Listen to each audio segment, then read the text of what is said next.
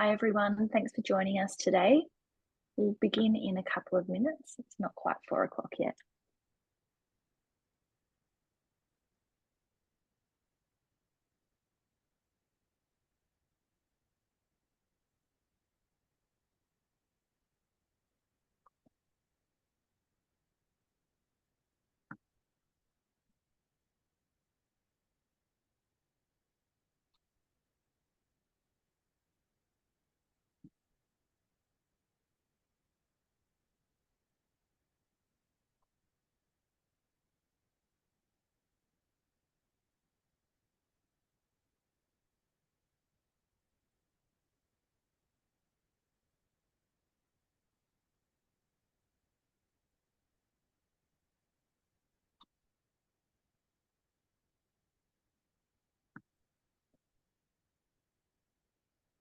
I think we might make a start. It's right on 4 o'clock. So thank you for joining us today for our webinar, An Introduction to Little Learners Love Literacy. My name is Suzanne and I'm a teacher, coach and consultant at Little Learners Love Literacy. And we also have Maureen with us today. And Maureen is the founder of Little Learners. She'll be with us for the duration of the webinar. She can answer any questions that you might have in the Q&A. So if you have any questions, feel free to note them in there, or at the end of the webinar, if you raise your hand, there'll be some time for questions. So before we begin, I'd like to acknowledge the traditional custodians of country from throughout Australia and their connection to land, sea and community. We pay our respect to the elders past and present and extend that respect to all Aboriginal and Torres Strait Islander people today. So learning to read and spell is not natural, nor is it easy for many children. Little Learners Love Literacy is an explicit teaching program designed to get all children to read and spell with confidence. It uses evidence-informed, systematic, synthetic phonics approach to ensure that every child can succeed. And on your screen, you'll see some of the resources from our program and what they look like.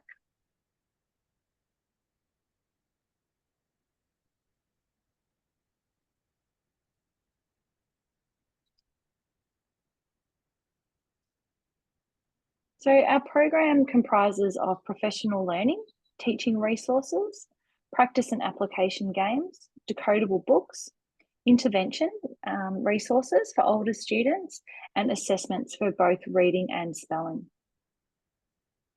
At Little Learners Love Literacy, we teach phonemic awareness and phonics for reading and spelling, and we teach spelling from the very beginning of our program alongside reading. We teach morphology for spelling and comprehension, as well as handwriting and vocabulary, which is vital for reading comprehension and oral language skills. And these are the foundation upon which all literacy learning is built. So in today's webinar, we'll have a quick introduction into phonics before we explore our scope and sequence and resources. So what is phonics? Well, phonics is an understanding that the sounds in the spoken language, the phonemes, can be expressed by letters or combinations of letters, so graphemes, as part of our written language. So a phoneme is a speech sound that we say or hear. There are 44 phonemes in English, depending on your accent, and these combine to make up all of our spoken words. A grapheme can be a letter or a group of letters that we read or write. You can have 1 or 2 or 3 or 4 letters, as you can see on the screen, and they all represent one sound. And there are multiple graphemes for each phoneme, probably over 250. It is also this ability to use the knowledge, or which we call the alphabetic code, to read and spell words. At Little Learners Love Literacy, we explicitly teach systematic synthetic phonics, that is teaching the relationship between the phonemes and graphemes in a clear and logical order so that children can blend or synthesize phonemes to read words accurately from a very early stage without any guessing. So how do we read and spell using phonics? So teaching phonics is giving someone the instructions to crack that alphabetic code, and the alphabetic code can work in 2 directions. So firstly, decoding. You can decode words by matching the print to the sounds, and you can say each sound in the written word and blend them together to read the word.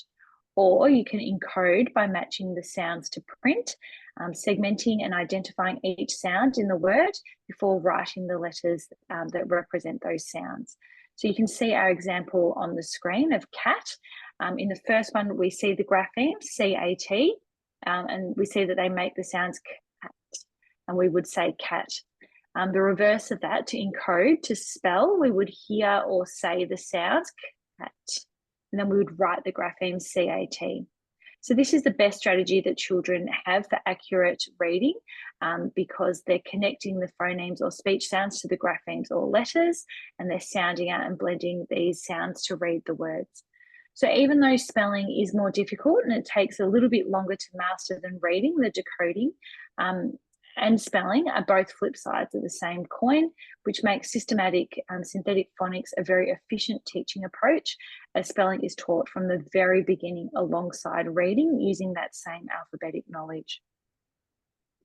You can see on the screen our phonics scope and sequence of 7 stages, introducing simple letter sound relationships and gradually introducing the complex alphabetic code, multiple spellings of consonant and vowel phonemes. So in Little Learners Love Literacy, we teach all 44 phonemes in a systematic order. We start with the sounds that children find the easiest to articulate and blend together to make words. We have a range of common spellings for each phoneme. There are hundreds of grapheme phoneme correspondences in the English language, but we focus on the most common ones to give students access to more words at a faster rate. Phonemic awareness and phonics skills are taught throughout our program every day, and we teach both the pure phonemic awareness, so just oral, and phonemic awareness and phonics together, so with letters. And the more alphabetic code knowledge or letter knowledge children master, the more combined phonemic and phonics work is done, which is recommended by research. On the screen, you'll see our teaching scope and sequence, and this is the core learning content in Little Learners Love Literacy. As I said previously, there are hundreds of grapheme phoneme correspondences in the English language, but we focus on the most common ones to give students that access to more words at a faster rate. So in the first semester of foundation, the children learn the simple code, so A to Z, where there is one sound to one grapheme. Some sounds are easier for children to say or feel or hear, and it's for this reason that we introduce and s first, as children can sustain these sounds quite easily. Vowel sounds can often be difficult for children to discriminate, and so we introduce those in a sequence that really allows the children time to consolidate their knowledge and feel confident about using them. Once children have this knowledge of their vowel sounds, they can start to blend 3 sounds together to make a word, and then they can segment this to spell. So in our scope and sequence, you'll see that visually and auditory similar letters are spaced apart, so like at and to avoid that confusion. And we don't use the word a in stages 1 to 4, as this can incorrectly be pronounced as We teach Q and U together for simplicity, as they're always represented together in our orthography. And the letter X is the only letter that represents 2 sounds, at k and s, as in fox. In term 3 of foundation, the children start to learn that 2 letters make 1 sound, so a digraph, and they learn the skill of blending adjacent consonants in words. The focus continues to be on blending quickly while also adding to the children's cognitive load. So we go from 3 sounds in a word, so consonant, vowel, consonant words, to +4 when children are reading and spelling. Children then develop the skill of being able to add or delete sounds in words. So if you think about the word sip, children can make that word slip, or they can change the I to an A, which would make it a slap. In stages +4 and 5, students are introduced to morphology, so S, ES, and ED suffixes. Once the students have mastered stages 1 to 6, there's an opportunity for them to move on to stage 7, unit 1, where they will learn about long vowel sounds and different graphemes that represent them, as well as the morphological rules for adding the ing suffix. In Year 1, we review and extend Stage 7, Unit 1, as these sounds can be easily confused. We teach the most common graphemes for A, so AI or AY, like A as in snail and A as in clay, and the associated rules. So in this instance, AI is never at the end of a word. We also cover alternate graphemes for A, as in they, A as in they, A as in 8, A as in straight, for any students that need that extension. Also in Year 1, we teach homophones, R-controlled vowels, morphology, so the un prefix, suffixes like ER and ING, along with the doubling rule and the drop the E rule. And we teach phonemic awareness and phonics together, which removes the need for an additional phonemic awareness program. So the content in our teaching sequence is taught explicitly throughout our program. Explicit teaching means that we never ask learners to do anything that they haven't been taught and practiced with the help of the teacher and their peers. As teachers, we make no assumptions. We follow the model of I do, we do, you do. So so we check for understanding at each of these stages and tweak accordingly, whether that's through reteaching, doing more worked examples together, or spending longer on independent practice and application. Could be about arranging extra instruction or intervention for those 1 or 2 students who may be struggling to keep up or grasp new concepts.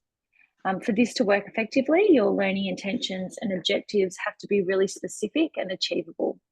For every lesson, we plan using a logical sequence to build a little bit by a little bit, small steps, keeping the bulk of students progressing together and making it easier for teachers to identify any issues and address them.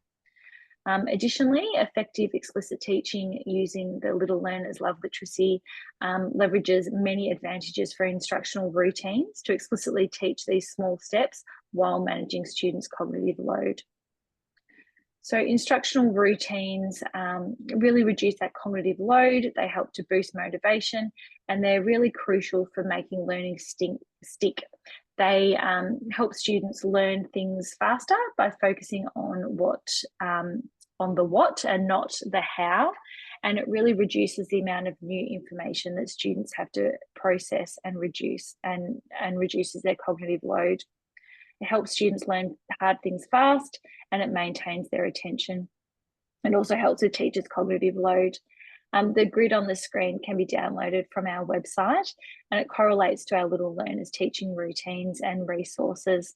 You can see that they cover a wide variety of oral language, phonemic awareness, phonics for decoding and encoding, fluency, comprehension, vocab, and handwriting.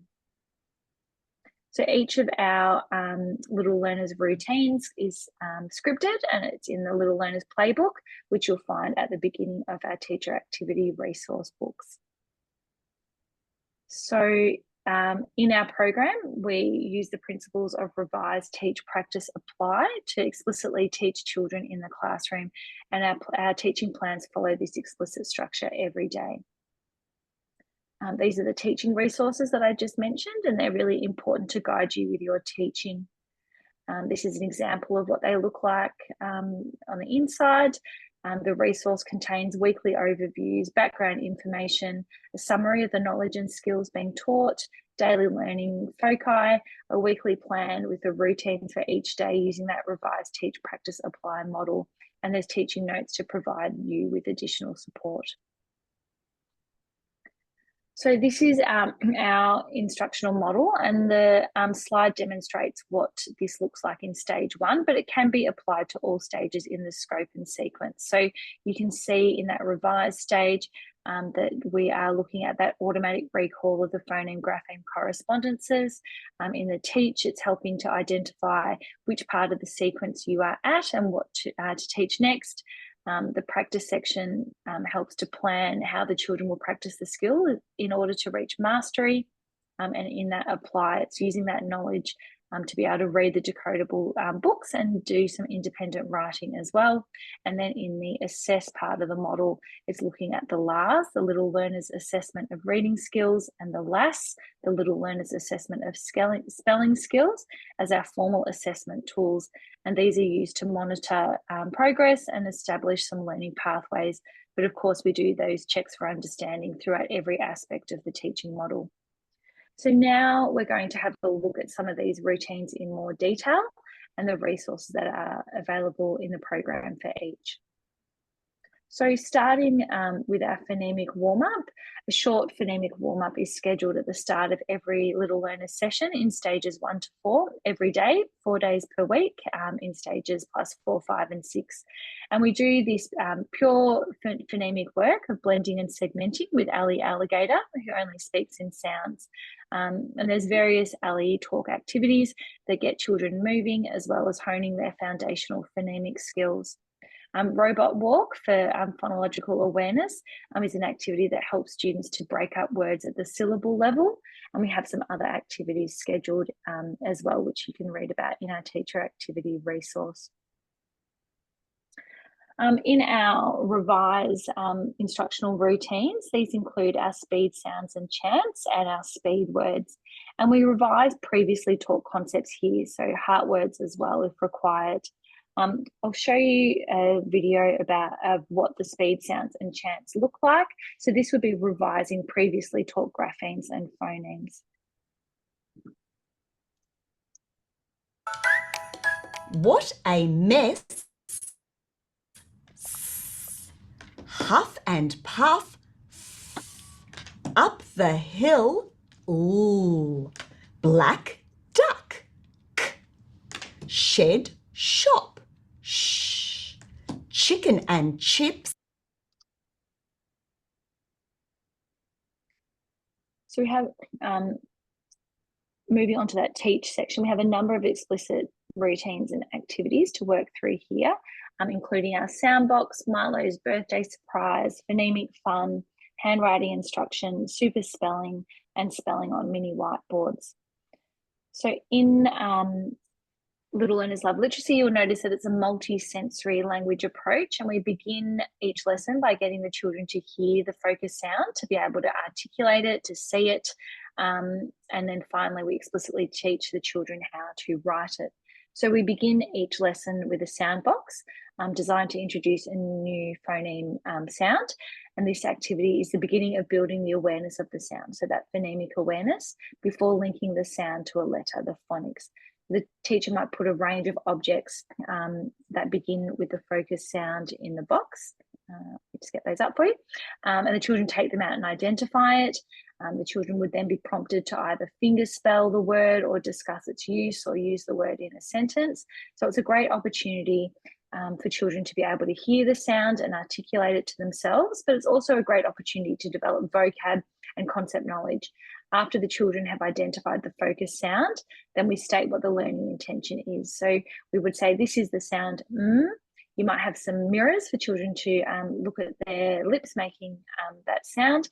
And then we use that scope and sequence. We use the sound box throughout all our scope and sequence. After we've done the sound box as part of the teach, we use Milo's birthday surprise, which is a picture storybook as a platform to introduce students to the graphemes of the simple code. So you can see on the screen, it's Monday morning in March and it's Milo the monkey's birthday. Milo is munching on a muffin while he makes a list of friends who might come and play. So you can see the features of the text. There's alliteration, there's phonemic awareness through multiple objects starting with There's the distinction between upper and lowercase letters. It's a fun and engaging story with lots of beautiful pictures and a great storyline as well. We explicitly teach handwriting, so using a whiteboard, you can model and use that script, verbalizing your actions and thoughts. You might model a couple of times before then asking the students to have a go. Another wonderful whole class routine that we use in the teach section is super spelling. It's a good opportunity to get the children moving, and it's a good opportunity for teachers to make the most of their error corrections. So there's two ways that you can do super spelling. The first is word building, and the second is sound swap. So the teacher would hand out the cards, dictate a word, and the class would segment that word, and then the children with the sounds in the word would stand up and spell the word at the front, and the teacher would lead the class to sound out and blend the word to check their spelling, and the children can correct their errors as a class if needed. Progressing on from that super spelling on mini whiteboards is a good follow-up. So in this activity, the teacher would dictate a word, and so you'd notice that they might use the same words that they've already used in super spelling. The students would segment the word and then write it on their whiteboards. And this is a really good example of that I do, we do, you do, which we've already talked about previously. Some more sort of scaffolded teacher-led practice when you're working with a small group or with the whole class could include something like let's spell, let's write, read and grab, or sound swap. And I'll take you through each of these routines and the resources that we have to support you to get the most out of these when implementing them with your class. And there are some opportunities for students to practice independently.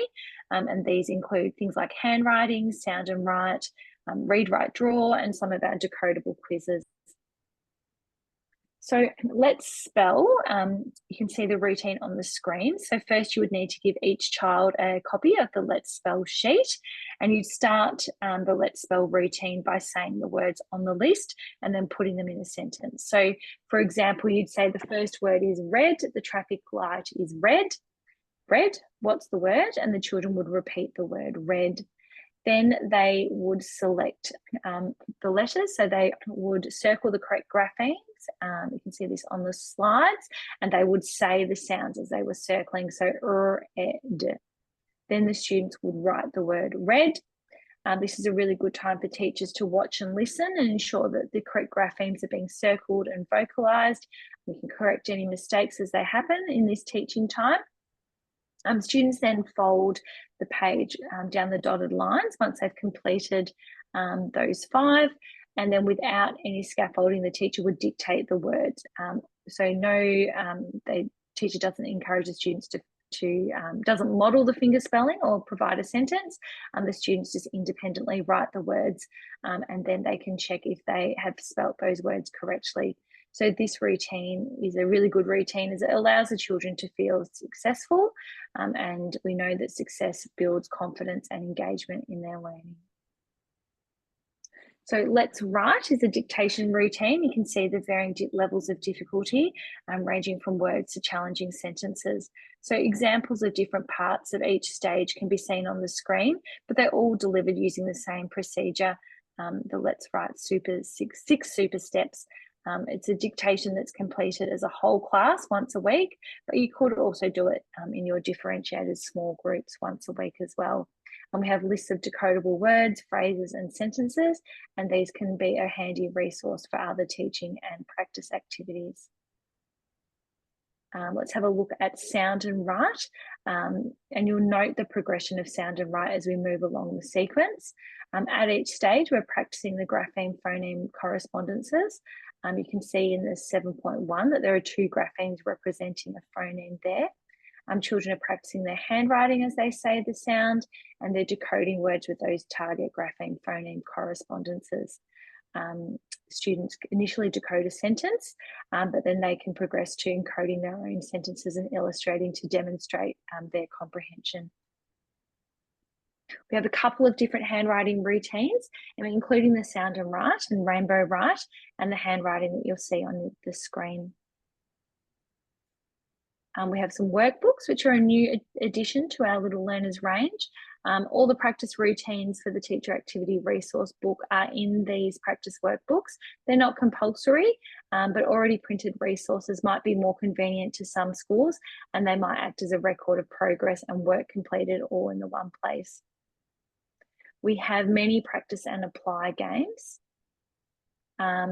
The first one that we'll talk about is a fun card game for 2 to 6 players called Read and Grab. And this gives children a lot of practice decoding and blending words together using their phonics knowledge.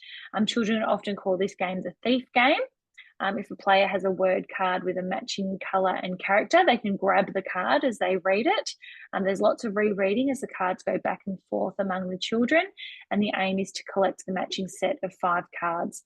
So once you have 5 cards, you have a set and no one can take them from you. They're yours. So this is a quick and competitive game. It encourages children to read single words automatically and consolidate the phonics that they have been taught to date.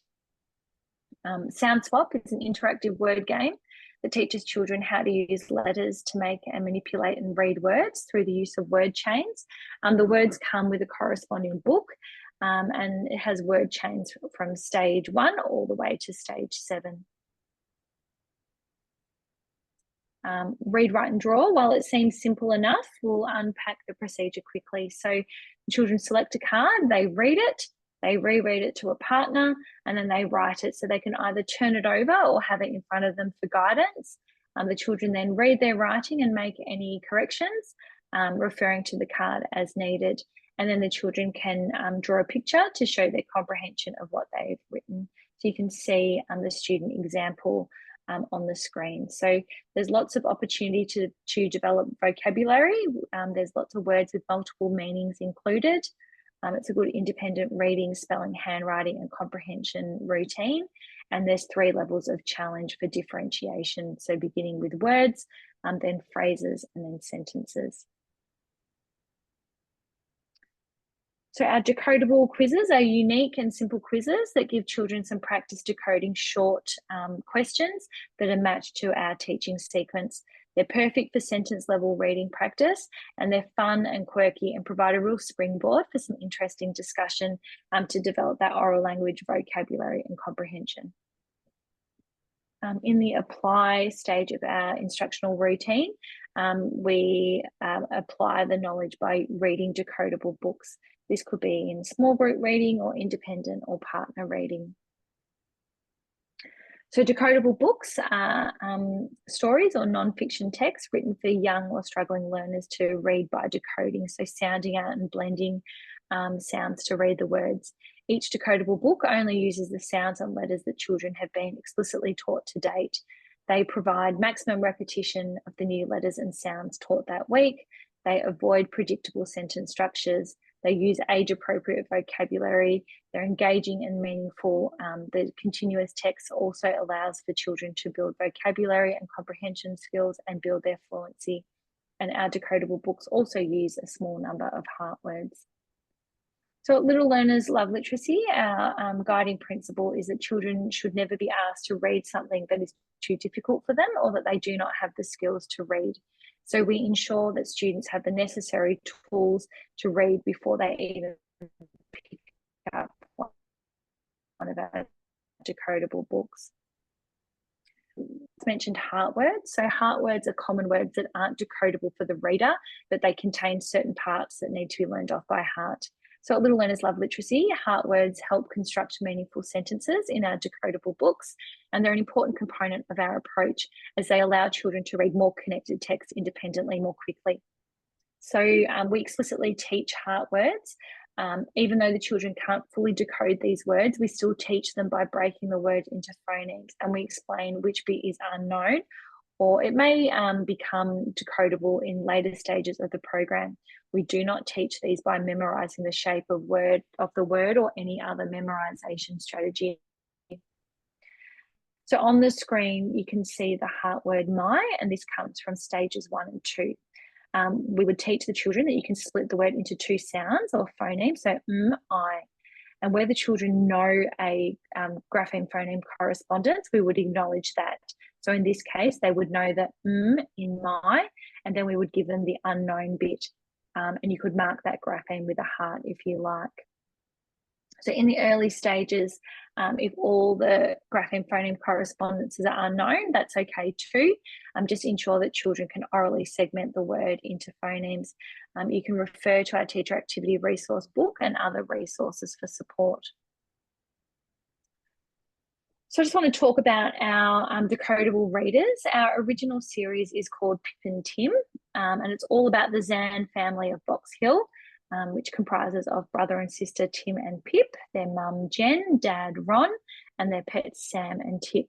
And children love the continuity of the adventures of Pip and Tim as they find out more about their lives, their teachers and friends, who also include the very naughty Smith twins, Beth and Seth. Here's an example of what it looks like on the inside of Pip and Tim. This is stages 1 to 4, plus 4 to 6, and stage 7. We also have a Whiz Kids series, which has different characters for each stage, but they also match our Little Learners scope and sequence. They're fun and quirky, and they provide additional reading practice, which is matched to our Little Learner stages. New characters are introduced at every stage, and it keeps the students engaged and provides lots of variety. The stories are perfect for children to continue developing their decoding skills and fluency, as well as plenty to discuss and explore. The Little Learners Big World series is a decodable non-fiction series to really inspire curious young readers. It covers a range of cross-curricular topics and text types and is also packed with rich vocabulary. Children will build content knowledge and vocab, which is vital for the development of comprehension.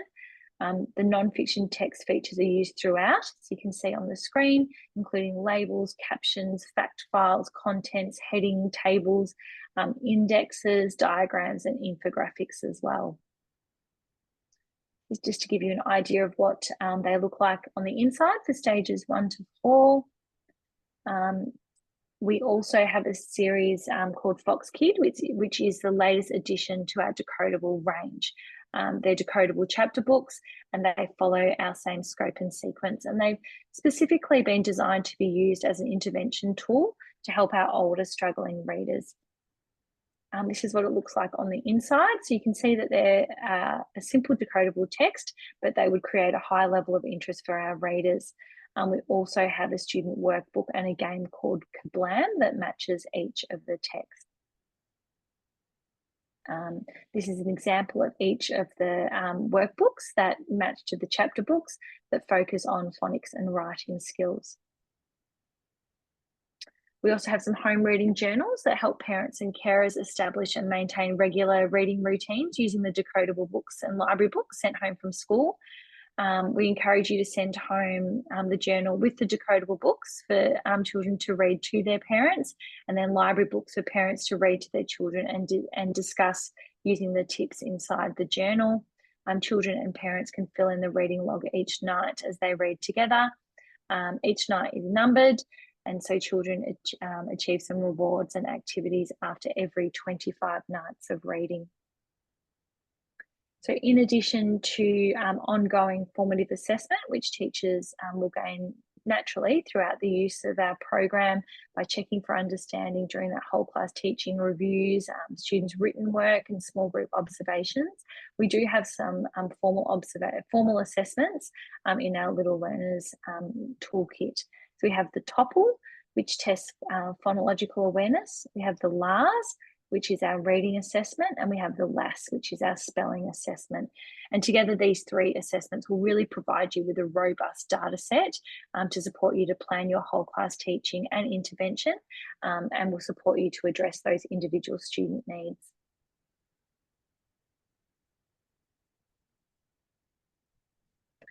Little Learners love literacy online. So we've been busy developing a user-friendly online platform, which is really your one-stop shop for everything Little Learners love literacy. The platform has decodable books with decoding audio support, has post-reading activities, weekly plans for teachers with built-in slides and resources, and other amazing features. So if you'd like to know more about this product, you'd sign up for our free demo webinar to learn more about it. We know that many of you joining us today will be based in Victoria, and given the recent education reform announcements, we just wanted to give some specific information for you. So this approach is asking schools to teach reading using up-to-date research and evidence to recognise the essential elements of learning to read, to include systematic synthetic phonics in foundation to year 2 for a minimum of 25 minutes each day.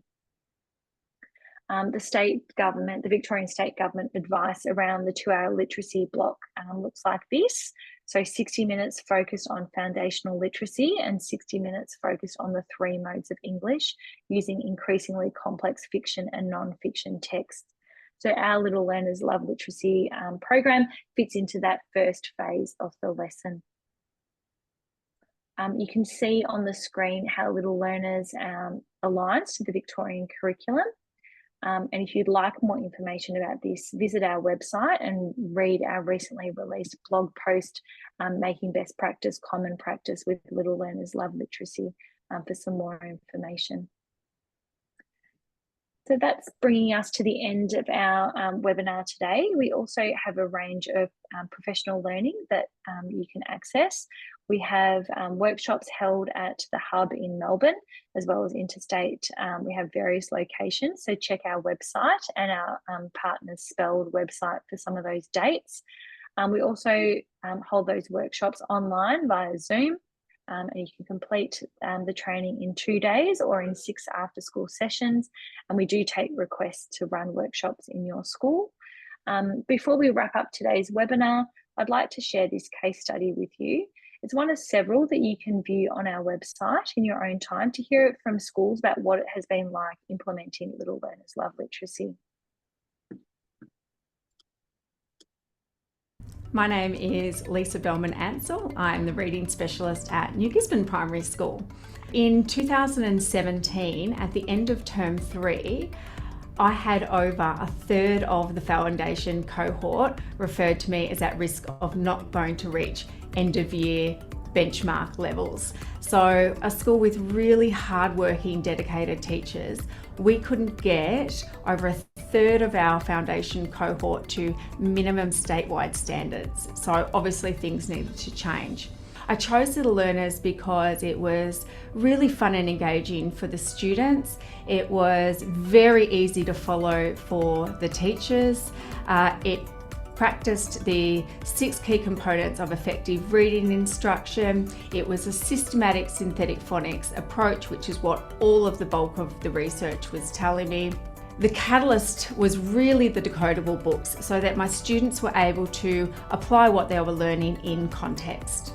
So firstly, I implemented Little Learners into my tiers 2 and 3 support program. And then after learning quite a bit about the program, I then implemented it into the tier 1 or the whole classroom program in 2018. I found the implementation process actually quite easy. So first I did the initial teacher training. And then I found Little Learners to be really open. The support didn't stop at the end of the training. It's very much ongoing. So I was able to contact Little Learners anytime I had a question, and they would always answer me in a very detailed way, in a very timely fashion. Yeah, in a nutshell, it is happy and confident Little Learners. So we just don't have the amount of reluctant readers because all of our students are experiencing success. And we've really been able to reduce those instructional casualties. So like I said at the beginning, we started off with over 33% of our students at risk of not reaching end of year standards. We've been able to reduce that down to around about 5%. We've also seen a significant increase in our spelling data. And of course, the flow-on effect means that our writing composition is really, really strong. If I was to implement Little Learners, again, if I had my time over, I would ensure that everyone was on board, that the whole school was PD'd in the science of reading, the why we were implementing Little Learners, as well as really getting the community on board. I think any school embarking on a science of reading backed approach really needs to think about implementing a program with fidelity. So Little Learners has researched every element. They really are the experts.